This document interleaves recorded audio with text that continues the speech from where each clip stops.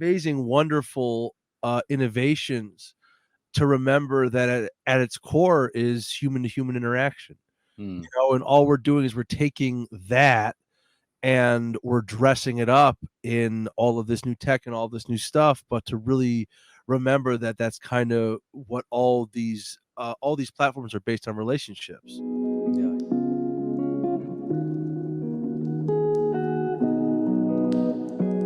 How's it going? My name is Girish for host for Back to Basics. Thank you for joining live. We are live, aren't we? We are going to be chit-chatting with a person that I've listened to many times on different shows and interviews for sure. And then we have chatted actually on different platforms. So today we're going to be talking about music and music entrepreneurship. How tough it is to get into that industry. Well, if you think about it, in any industry, it's kind of tough to get in. But I think music is one thing that it's kind of tough for me. Definitely, I don't have any music tones, but I love listening to music. Now, this is one person that we're going to go and talk to, and we're going to find out that how music changed over the years and how music changed for his life. His name is Ryan, and he's a great person, honestly speaking. Be nice to him when he comes online. How about that? And if you have any questions, please do ask him and ask me if you have any questions going on. And we are live on every platform possible. We're on Twitch, Facebook, Twitter, LinkedIn, YouTube. If there's anyone anywhere that I have missed, please do let me know and I will get there online too. But Ryan, how are you? And thanks for coming to Back to Basics. Very good. Thanks for having me. Yeah, absolutely. Thank you again. So Ryan, before we start all the music business and the entrepreneurship of your life and how kind of changed your life here, what does Back to Basic mean to you?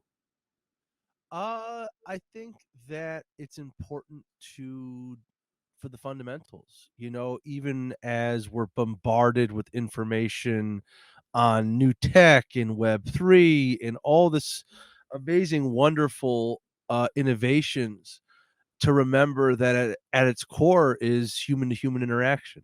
Hmm. And all we're doing is we're taking that and we're dressing it up in all of this new tech and all this new stuff, but to really remember that that's kind of what all these platforms are based on relationships.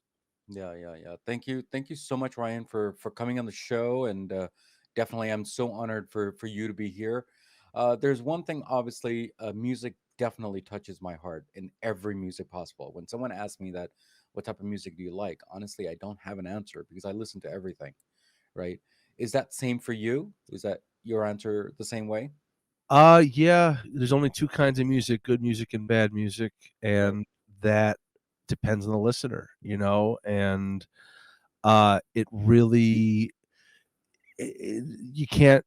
I try my best. I've definitely love I definitely have been unkind in some ways in the past, but I try my best these days going forward to remember that if it touches somebody emotionally, then it's valid, and who am I to judge anyone based on what inspires them, whether that's musically or otherwise. Hmm. Yeah, thank you again, Ryan, for explaining that. And I think everyone's thought process is different. I mean, if you think about it, if you're drumming a bucket, for you might be not music, and horrible music for other people might be different, right? So I think it's kind of uh, different tones. What do you think of that? Well, that's a different thing because I believe in my heart of hearts that it's not the instrument, it's the musician. Exactly. And that guy playing on a bucket could play circles around some guy playing on a $10,000 drum kit, and I've seen it before. Hmm. And I would much rather watch the guy on the bucket who is a monster player and who loves what he's doing than the guy who has $20,000 worth of equipment that he doesn't know how to use, which I've seen. So it really comes down to the heart of the player. Yeah. Thank you again, Ryan. You know, before we start about your journey, um, what is? Let me ask you this: what does music mean to you? Uh, it's art at its core is the manipulation of emotion, Mm, period. You know, that's and I extrapolate that to really anybody making anything out there. At the end of the day, if you're a creator, you know, you're manipulating emotion. If you're doing it for money, you're manipulating emotion for profit. And there's people that are very good at that. mm, But uh, you know, if you're able to connect emotionally with somebody, you know, it's that old saying, you know, I may not know art, but I know what I like. mm, You know, I could write the most complicated thing I could with all the bells and whistles and expensive chords and all this stuff, and I can play it for somebody, and if I have to explain myself and my art to that person in order for them to connect, then I've already lost. You mm, know, so for me, it's really at the core, it's about relating on emotions. Yeah, Ryan, thank you again. And when it comes to music, what year do you think is the best music? The 60s, 70s, 80s, 90s, 2000s? Which year do you think was the best? Uh, I think that there is great music all over the place. I Mm, think that the '80s were a darker time mm, in the grand scheme of things, in my opinion. But again, somebody out there is a hair metal fan, and God bless them because yeah. it hit them at that moment. And you know, that's another important thing is that no amount of skill or talent will ever trump nostalgia. Mm, If a mm, band hits you at the right time when you're in high school because you're going out with your girl or whatever, you're going out to the movies or it was attached to some memory, it mm, doesn't matter mm, what the quality of the music is. It doesn't matter if it was on a crappy tape recording or whatever, or if the band wasn't like good, you know, mm, it's attached to that emotion. So mm, there's that extra added layer when you're talking about music in terms of being a product, you know, it it it just has to connect emotionally. It doesn't have to even be of some magical standard of quality. And it does when you're talking about like getting certain things in the business, but in general, you know, it's you know, I connect with music from the 20s. I connect with music from the 60s. I can connect with music from the 70s, you know, and it's when you pigeonhole when you try and put your music in a box, mm, you're doing what the marketers want you to do. You mm, know, the only reason the genres exist is because of marketing. You know, blues, rock, reggae, jazz, R&B, those only exist so that labels could put a sign on the CD store that says blues music and you'd go and you'd buy that music, you mm, know? mm, But otherwise the the boundaries should and are starting to become way more blurry mm. because people are realizing that you don't have to operate in a box, you know, Yeah, any yeah. Thank you again. You know, is this true? I mean, it's true for me, but I don't know if it is true for you. But every season and every weather has a different type of different music, a different rhythm. Do you think yeah. that's true? Yeah, it's definitely, you know, but again, like there's certain music that I listen to, you know, I love certain kinds of jazz music. I know people that hate jazz music. You Mm, know, I know people that immediately turn on Sublime when the summer comes, and that's not necessarily the band that I would choose, you know, immediately, but at the same time, it's attached to those people in my life, so I do connect with that emotionally. But yes, you know, seasonally there are definitely tones just like you know, it's no different than food. You know, certain foods kind of you associate with the weather the same way that music, the same way that art. You sure. know, the tones are there. Yeah, yeah. So here's a fun question before we go to the real questions. Okay, uh, if you had coffee, what type of music you would be listening to? Depends on the kind of coffee. You Okay. know, it's I I generally like jazz piano music in the morning because it's just kind of my pacifier, so to speak. Okay. Uh, but you know, I also lived in Miami for 4 years, Mm, and Cuban coffee was my world, and there's a certain kind of music that's associated with that kind of coffee. So it's again, it's all based on emotion. and how about wine or beer? I mean, is there a different type of vibe? Uh, I generally like whiskey, but Yeah. I don't drink as much as I used to. Uh, I used to have a bottle of Jack I used to keep on my keyboard during shows, but, that was at the time, that was just as much a branding thing as it was Drinking uh, thing. a drinking thing. And even though I didn't say it in those terms back then, I just had it on my thing all the time because that's what I did. Yeah. But like that was something that I did, that was a shtick. I love shtick. I never called it anything but shtick. I didn't realize it was marketing until years later, but that's kind of something that I've always incorporated in what I've done.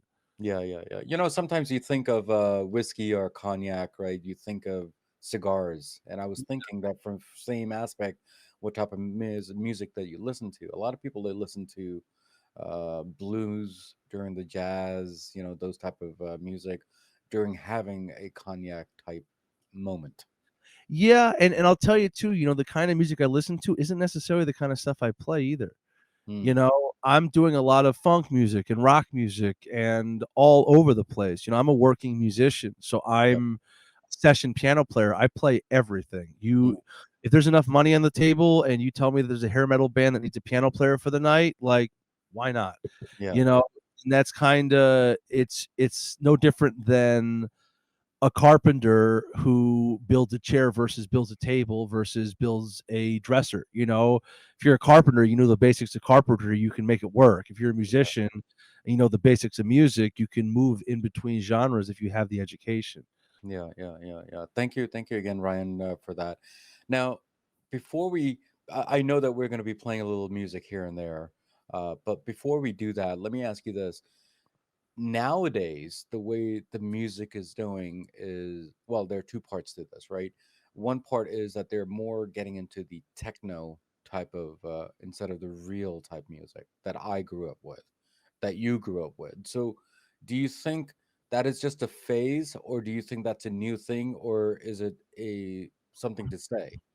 I think that genres are always changing. There's always going to be fads. I think with the advent of social media, it has supercharged what used to be, the average arc of a career. And, don't quote me on this, but generally speaking, the figure I heard years ago was you have about 5 years Hmm. from when you enter the zeitgeist to when you exit. And there are bands out there that have pulled off, decades long careers, but generally speaking, you've got about 5 years to do your thing before you leave the zeitgeist.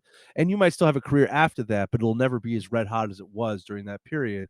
And Hmm. now, it's probably even less than that, 2 or 3 years with the advent of social media and the way that trends are moving so quickly. Hmm. But uh one of the things that's happening is because marketing has become way more accessible Hmm. to the average creator, and because distribution has become way more accessible to the average creator, and because production costs have gone down significantly Hmm. in the last 20, 30 years. I mean, you used to have to go to a major studio in order to make your stuff. And now, if you know what you're doing and you surround yourself with people that know what you're doing, you can get your stuff made independently very, very cheaply in comparison. Hmm. Which means that there are musicians out there that are wildly successful, that are making plenty of money, that have plenty of fans that you've never heard of, Hmm. because they're not getting to your ears through the traditional methods. They're going after their people and their audiences. So I think that and honestly it's splintering more and more every day, and there's a lot less people making a ton of money and a lot more people that are making a living, because it's out there. And so, you know, I don't really even necessarily pay attention to trends in that same way. And there are musicians that are session guys and engineers whose job it is to understand trends and to nail those trends. And the guys that are very good at that make a whole lot of money because they're able to be a chameleon and adapt quickly, and are just, the lifeblood of the industry. As artists come and go, those guys work forever, you Yeah. know. But there's also way more opportunity for niche artists out there that are doing something outside of what is deemed cool at the moment, mm, can still find their audience and mm, still make a living and still get the music out there and aren't tied in the same way to the trends that they used to be. You mm. know, it matters less now what the zeitgeist says, because Yeah. all these communities are popping up and they have their own zeitgeist, you know, Mm, then their own players and their own communities. And you're seeing it now too with Netflix mm, lost a lot of revenue recently. mm, And they're blaming it on password sharing, and they're blaming it on all kinds of stuff and yada yada yada. But at the end of the day, more and more streaming platforms are showing up. mm, And on a micro level, more and more communities are starting to pop up with their own content creators, with their own video service providers. I mean, it's what you're going to see in the next 5-10 years is more little kingdoms mm, of content with their set of creators who are all kind of working in an aesthetic and servicing their community mm, outside mm. of the outside of the corporate system. Yeah, Ryan, I was about to ask you this question later on, but what are your thoughts on all the other platforms? Like TikTok is coming out with a whole bunch of brand new singers, right? And they're becoming a huge, concert stars. What do you think of that? I mean, obviously there's other platforms too, which I've not even mentioned, but that's one of them. So what are your thoughts on that? Is the same I thing? think I think that platforms come and go every day. Yeah. And TikTok, Instagram, Facebook, Spotify, YouTube, whatever is before, whatever comes next, the only constant is change. You know, like their Facebook's on its way out, TikTok's on its way in, whatever.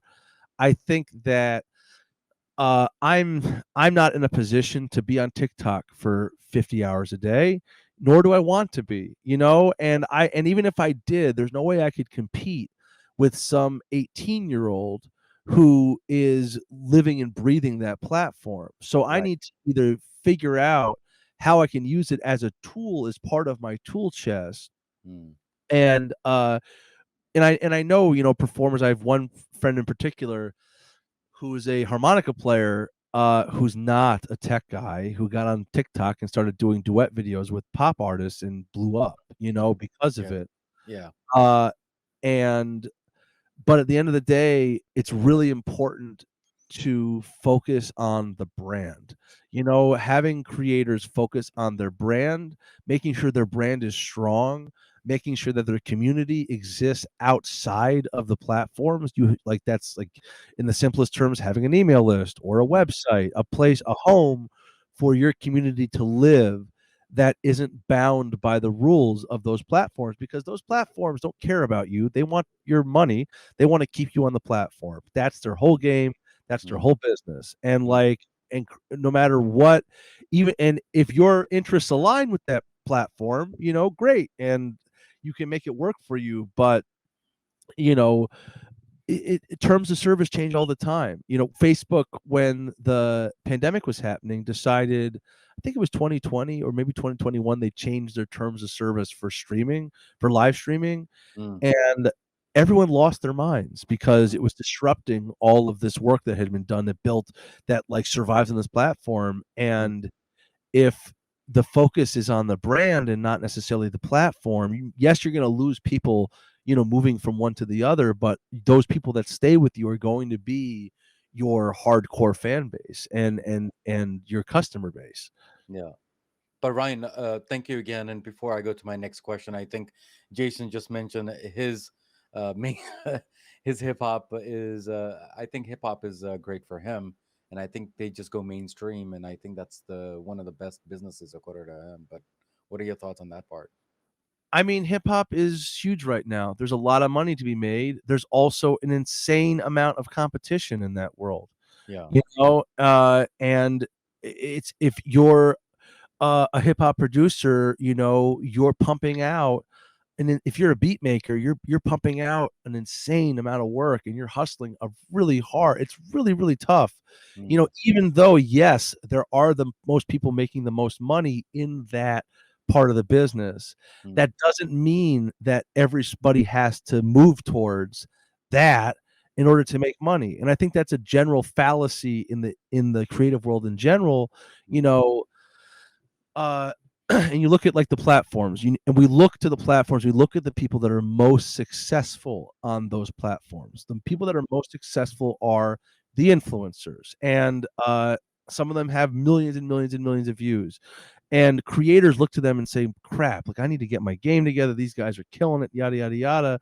But their whole job is to echo the echo chamber. mm, They are promoting other people's work. They're promoting themselves, and frankly, they're tied to the platform in a different way mm, because they're influencers through a certain platform, like TikTok influencers or whatever.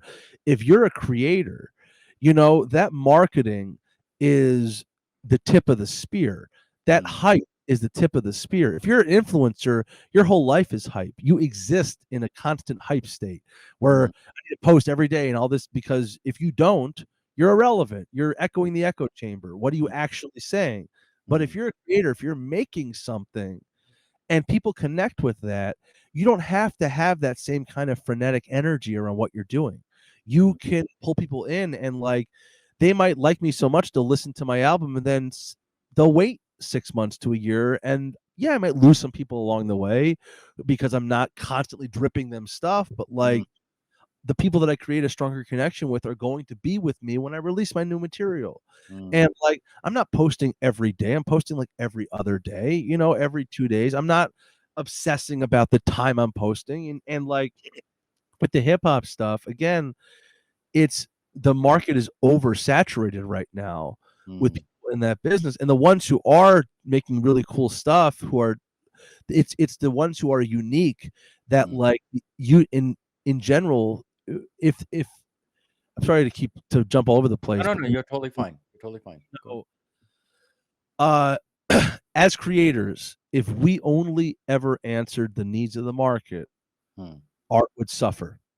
And the guy who runs Netflix has been quoted as saying, I don't care if it's good. I just care if people watch, of course. which I fundamentally feel is morally corrupt in my heart of hearts. I know it's how you make your money. I know it's how a lot of people make a lot of money, but I Mm, disagree with that statement.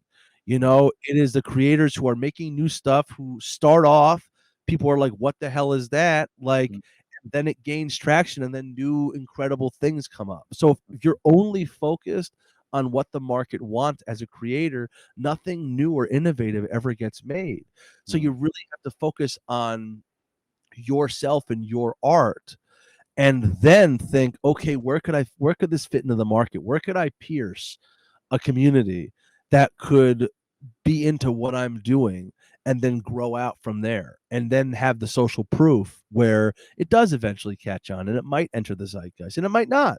And you mm, might have your community and you might never get that level of success. mm, That but again, like every artist needs to make the choice for themselves about what they define as success. You mm, know, me and understand that like the major labels need you to pull in millions of dollars in mm, order for them to be worth it. But if mm, you're a niche artist, and let's say maxed out, let's say that if you between Patreon, between ticket sales, between merchandise, between live performances, between all the income streams you could possibly think of, and that's a whole other conversation. mhm, But like, let's say that you get all that stuff, and let's say that you're maxed out around 200 grand a year. If you do everything right, you know, if you monetize your fan base, all that stuff, in the eyes of that major, you're a failure because you're only bringing in 200 grand a year. If mm, you're able to do that on your own with your own community, 200 grand is life changing money for mm, most people. mm, So it's all about perspective. You mm, know, I don't care if I'm in the zeitgeist, if I'm able to make a living and support my work. That's mm, kind of how I feel. mhm. Yeah, thank you again, Ryan, for making us understand that from the other point of view, from the business point of view, how people are reacting and not reacting, and I thank you again for explaining that. So, guys, before we ask other questions to Ryan, I have so much to ask. We're just gonna go and take a little break, and we're just gonna go and play the intro that I had earlier today. So, Ryan, just Be square. We'll be right back.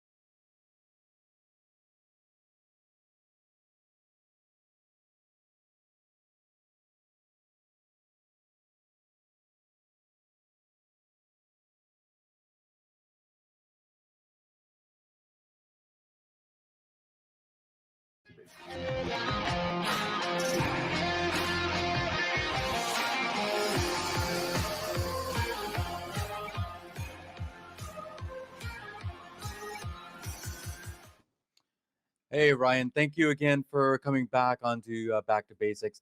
So now the question that I have now is that who is Ryan? When did he start this music field that you felt that music was part of your life, is part of your life? I mean, I started playing piano when I was 5. Hmm. I started lessons when I was in the 2nd grade, so when I was around 10, and I've been listening to the stuff I've been playing since I started playing, which I feel really gave me a strong foundation because, I had a teacher early on who put ragtime in front of me. She was a classically trained musician from Northwestern, which is a great music school, and, she was a great teacher and knew nothing about jazz music, Hmm. but knew enough to see the kind of music, even at that age, young age, to see, like, what I would be attracted to, and she put ragtime music in front of me, which is the bridge between, classical and jazz music. Hmm. And I started playing that, I started listening to that, I fell in love with jazz, I fell in love with blues, and, I was hooked from a really, really young age, Hmm. and then I ended up going to college for music, and I've been playing in bands and running festivals and putting on shows and writing music for movies and just doing all kinds of stuff within the business, Hmm. ever since. You know, I've lived 1,000 lives within the music business. Yeah.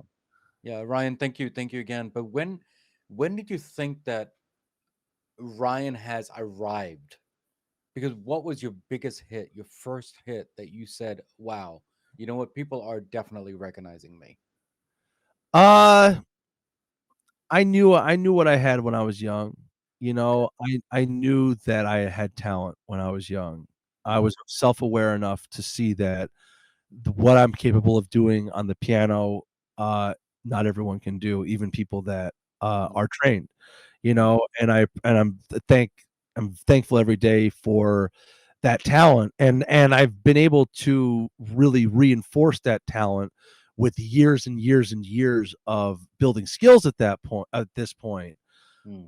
which is a different thing, you know, but, uh I knew kinda that I was talented from a young age. I don't think I really, uh, came into my own until I started playing with bands live, when I was in college around, like, 2021.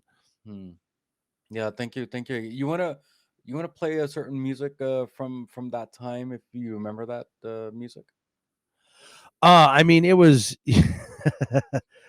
uh, yeah, you know, I mean, this kinda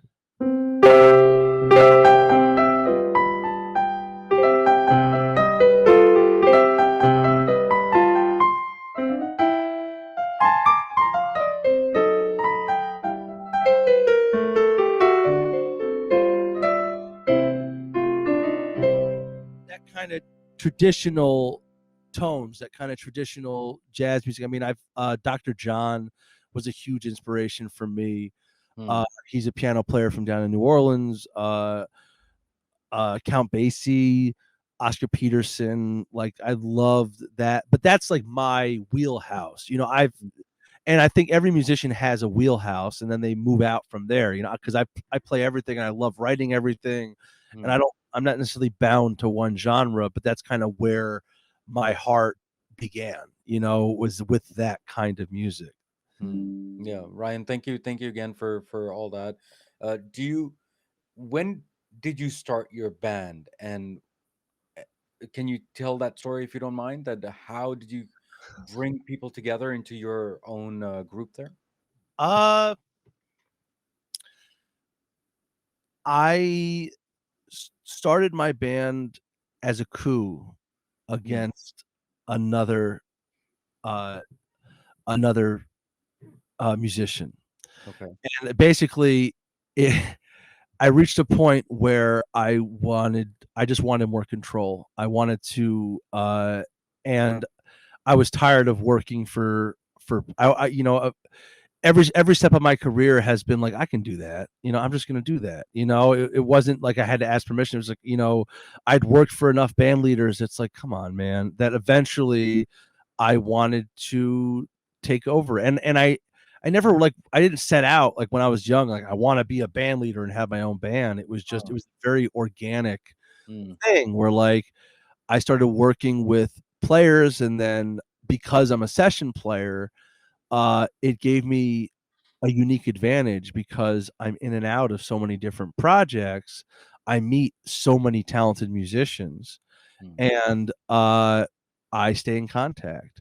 mm, So now I have a really deep bench of players that I work with and a community that I'm a part of that I mm, can call on for a million different reasons that you know, and I write all my own horn charts, so I have a deep bench of horn players I work with. Me and the guitar player in my band, we write and produce all the music ourselves. Everything we've done is independent, so we're just able to create and work and just make things work on our own. And it's always been really appealing to me to kind of do things on my own terms. I don't really like being told what to do. mm. Yeah, but that's a good thing, isn't it? Because then I think you can be more creative than someone saying that I don't think this is the right way, or this is a wrong way, or the language is no good. I think you just want to do it the way you want it. Am I right? Yeah, I think it's important for younger musicians to take those gigs Mm, that are rough, to take those Hail Mary. Not that I want anyone to suffer, but like that suffering was important for me. Those years of playing in bands I didn't love and playing music I didn't really enjoy, mm, and learning that all gigs aren't created equal. You know, that's not something that you are taught. It's something you really have to experience. That like, you know, and I've been in situations where I've been playing a gig and I've been miserable on stage, and I'm like, why do I am I miserable right now? mm, And there is this mentality in the arts that like you should be grateful to even be in the room, you mm, know, thankful for the crumbs off the table, happy to be anytime you're playing, you know, take mm, the gig for exposure, you know, this is what you love to do, isn't it? And it's like, mm, it's mm, still work, you mm, know, it's still time, it's still mental energy. mm, uh, and I think that losing that mentality and then thinking, you know, what really brings me joy? It's not just, there's lots of musical opportunities out there that pay a lot of money that I have no desire to do. mm, You mm, know, and it's like, and people don't get that a lot of times with music. You know, one of the things that people tell me is, you know, oh, you should do the dueling pianos thing. People, guys make tons of money doing the dueling pianos thing, and it's like, yeah, I don't want to do that because those guys, that's what they do. You know, they spend hundreds of hours learning covers and mm, entertaining in that way, and mm, knowing that business and knowing how to get a crowd going in that way, and mm, playing the songs and interacting with the crowd. And yes, they're making tons of money, but that's not where I want to spend my energy. You know, mm. and the guys who are good at that, God bless them. God bless You them, know, right? and it's the same thing with any aspect of the music business. I feel that way, you know, about anyone doing anything in the business. You know, with the hip hop guys who are working in that really crowded field and hustling. I have nothing but the utmost respect for those guys in who are doing that. mm, but at the same time, it's not something that I wanna do, mm, because I wanna focus my energy elsewhere. mm. Yeah, thank you again. Ryan, you and I actually live in the same state, and we right before the recording we said that you're actually today you are 12 miles away, so we could be actually having lunch together. Yeah. Yeah, so thank you again for that, and I want everyone to know that we might not have lunch. This is just a statement that I just meant. But Ryan, thank you again for that. You created an album. Um, how did that start? What is the process? I mean, the name came first for the album, or the creation of the songs came first, or how did you kind of design that? The songs came first, again, everything was very organic. I had a few original songs that I'd written, and we were playing those songs as a band for 3 or 4 years Hmm, before we decided to make a full-length record, hmm, and when we had a collection of songs we were happy with, uh, we produced it ourselves, hmm, and we were able to pay for it through gigging, and enough good paying gigs covered the expense of the album. So I walked out of there without any debt, hmm, which is amazing for the production of that album. hmm, I spent $0 in energy on marketing, and it didn't go anywhere because of that. I didn't know any better at the time, hmm, but that I'm still very proud of that record. But I was able to get it done because of my connections, and not connections in the business, but connections to musicians and hmm, engineers and players. hmm, It wasn't that, like, so I don't chase the position, I chase the person. hmm, So, I'm able to surround myself with incredibly talented people that I can leverage my skills against to get them to work on my stuff, and I work on their stuff, and everybody saves money and everyone makes it. hmm, And like just the other day, I did a gig on Monday for a charity event. It hmm, was a giant band, horns, like it was a 11-piece band, and there were like 10, 15 guests. It was a hmm, lot of work, especially the guy who put on the thing, and nobody got paid. But you know what? It was giving value into the community, giving hmm, value into that, so that when it's time for me that I need, like, not that I don't look at things in a transactional way like that, but like, if you're constantly giving value into a community, into your community, then it will come back to you, hmm, and I like to focus on the community, not the person, because everyone benefits way more when it's community based as opposed to individualist, because then it does become way more transactional, you yeah. know, where, like, I'm doing this for you, so you do this for me. It's like, no, I'm doing this for the community, in the hopes that the community will take care of me when I need it. And it has many, many times over the years. Yeah, thank you again. So I think if I'm right, I think you're in a giving, giving, giving, giving mode versus what's in it for me mode. Am I right? Yeah, it's a service mentality, everything, how can I serve you? And even when I work with people, even when it's my stuff, you know, when I approach someone, whether they're a horn player or an engineer or a marketing expert, what can I do to make your life easier to work with me? How Hmm, can I speak to you in your language? How can I serve your interests? How can I save you time? hmm, And it's ultimately, it's the long game, hmm, because, you know, it's it's not short-sighted, because that person's gonna remember how they felt working with me long after they forget how hmm. much they actually got paid on that gig. Yeah, yeah. So that, to me, creating the experience, like taking care of my people, is huge, Hmm. and I'm very loyal to my team and the people that I work with regularly. Yeah, Ryan, thank you again for answering that question, and thank you for you being you the way you are. Otherwise, you wouldn't be in back to basics and supporting me and the way I've listened to your interviews on other platforms and other interviews. I think you're just an amazing person, honestly speaking. But Thank before you leave today, um, is there a way that you can play at least one song from the album, if that's okay? you. I can't. I don't have a mic hooked up to the Okay. piano, so it might just have to be instrumental. But I Okay. will play something new. Yeah, sure. Sure. Sure. Thank you.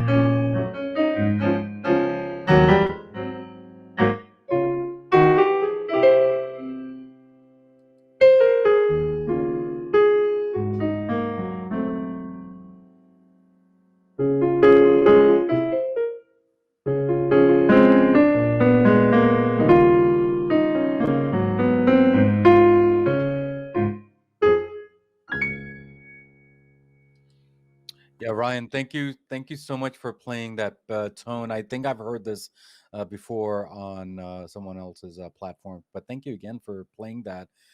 Very peaceful, honestly speaking. So thank you again for playing that.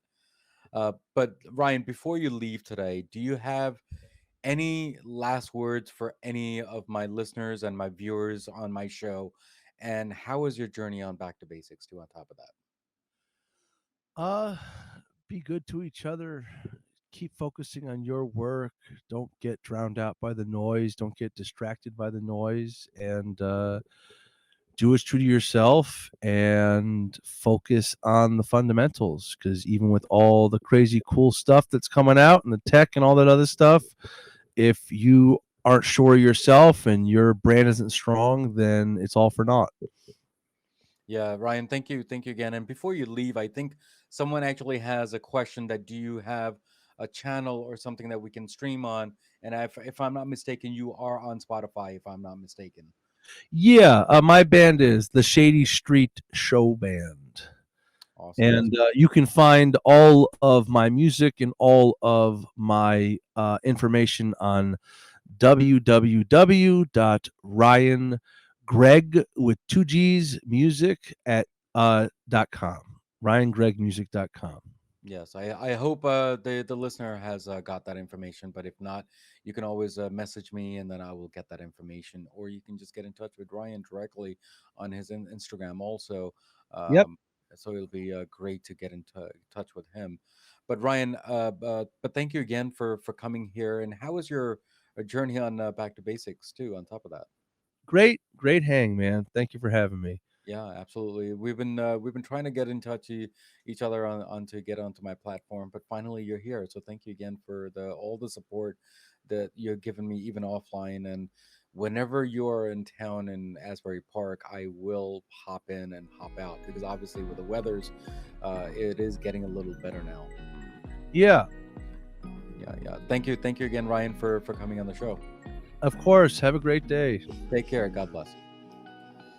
So, guys, we spoke with Ryan today and we talked about music. We talked about what his struggles were, what his not struggles is, what's his love, what does hip hop do, what does hip hop does not do. And we talked about many different things. Please listen to all the whole thing, the whole episode there. Now, as usual, as always, there's a quote of the day from Back to Basics, and hopefully Ryan will like the quote. The quote is: "Artists of today can be inspired by the past, but they have to apply present methods if they want a future in music." Now, guys, as usual, as always, what do we always say at the end of the episode? Everything in life goes back to basics, and that's what we did today, guys. Guys, take care, God bless, and I will see you next time on Back to Basics. Keep on subscribing to all the stuff and comment all my episodes because it helps me in the long run because I do release episodes every day. With your love and support, it makes me stronger day by day and week by week. And there are three things, including this episode, makes me satisfying is because of the content, the guest, and definitely the host. Guys, take care, God bless, and I will see you next time on Back to Basics. Next week's episode on Back to Basics. And when they were done, they're like, "Oh my goodness, this was so easy." You know what I mean? Why didn't I do it years ago? But at the end of the day, we pre-plan today for peace of mind tomorrow. And at the end of the day, it's just to get it done. Yeah. So did you go to a website or did you get an attorney? What was the process for that? I mean, it has to be a simple process, isn't it? It is a pretty simple process. And it's just to get on the phone and contact a wills and estates lawyer and just book in and just go see them. Now, I really advocate for us to more speak with someone who's special.